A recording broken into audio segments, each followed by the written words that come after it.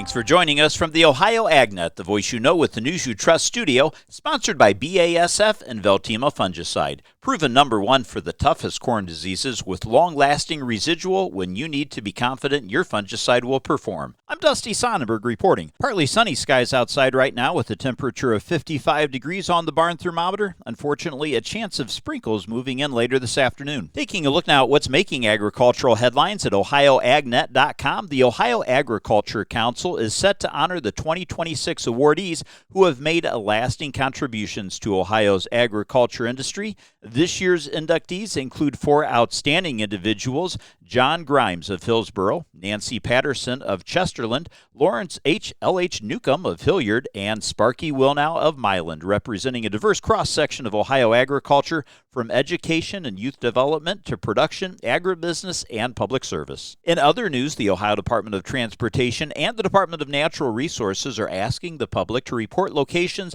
where they frequently see reptiles and amphibians crossing roadways. In the spring and summer, reptiles such as box turtles, snapping turtles, and snakes are vulnerable to vehicles as they cross the roadways to lay eggs, find new habitat, or seek shelter. And in early spring and occasionally in the fall, the amphibians such as salamanders, frogs, and toads sometimes cross the roads as they travel to breeding areas. You can read more today on OhioAgNet.com. There's also an interesting article up today by Jim Horman taking a look at how pesticides impact soil microbes in positive and negative ways, and a look at some of the things farmers can do to improve soil health. And in case you missed the announcement, Corteva Agriscience is unifying its regionally focused seed brands, including Seed Consultants, Dairyland, and NewTek, under the Hoegemeyer brand name for the 2027 planting season. Now, Hoegemeyer was previously named the regional seed brand of the Western Corn Belt for Corteva Agriscience in 2018. It was founded in 1937 by H. Chris Hoegemeyer and his son Leonard in Hooper, Nebraska. You can find these stories and more, as well as the latest markets and weather, online at OhioAgNet.com. Speaking of the weather, let's get an update on that forecast for a Friday and through the weekend. This weather update brought to us by Seed Consultants. Simply better performance. You can learn more online at seedconsultants.com. Scattered showers around in Ohio today. I'm Chief Meteorologist Ryan Martin. Let's take a look at that quick forecast update. Started the day with a little bit of showers up in northern parts of the state. Secondary wave will be trying to come together this afternoon and evening. I think we end up with about 80 to 90% coverage across the Buckeye State. An additional 1/4 to 3/4 of an inch can fall. We get into Saturday morning and we're going to be trying to dry down, but probably dealing with pesky showers at least over the northern part of the state. Drying down Sunday. I'm Ryan Martin. Well, fertilizer prices in the Iran conflict seem to be a daily headline in the news. Joe Everett brings us this update. Fertilizer prices have climbed sharply following the outbreak of conflict involving Iran, raising concerns about higher production costs for U.S. farmers in the years ahead. Analysts say nitrogen fertilizers have seen the largest increases due to disruptions tied to the Strait of Hormuz, a key shipping route for global fertilizer supplies. According to recent University of Illinois production cost data, anhydrous ammonia prices jumped an average of $828 per ton before the conflict and $1,123 per ton by mid-April.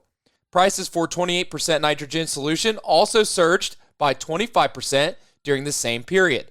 Experts say many farmers may avoid the worst impacts in 2026 because inputs were purchased earlier, but the financial strain could intensify in 2027 as higher-priced fertilizer moves through the market.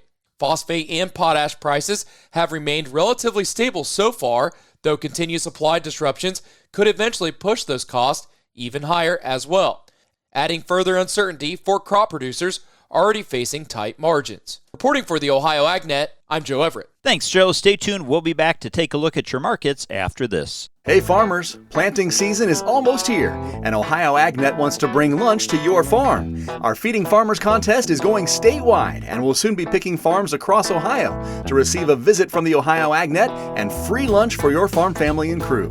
If you'd like us to stop by, get signed up today. Just visit ohioagnet.com/feedingfarmers to enter.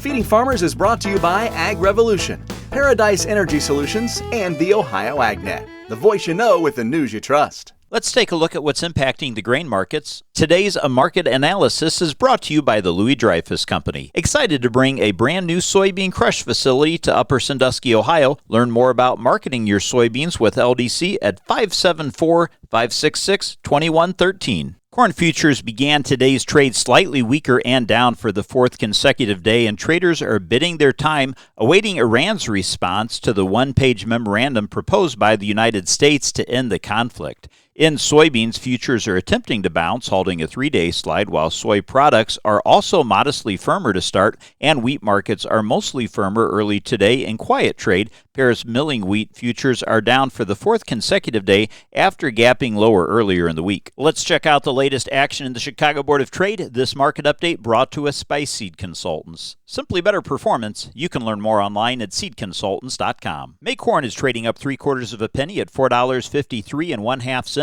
December new crop corn is down a penny at $4.88 1/2.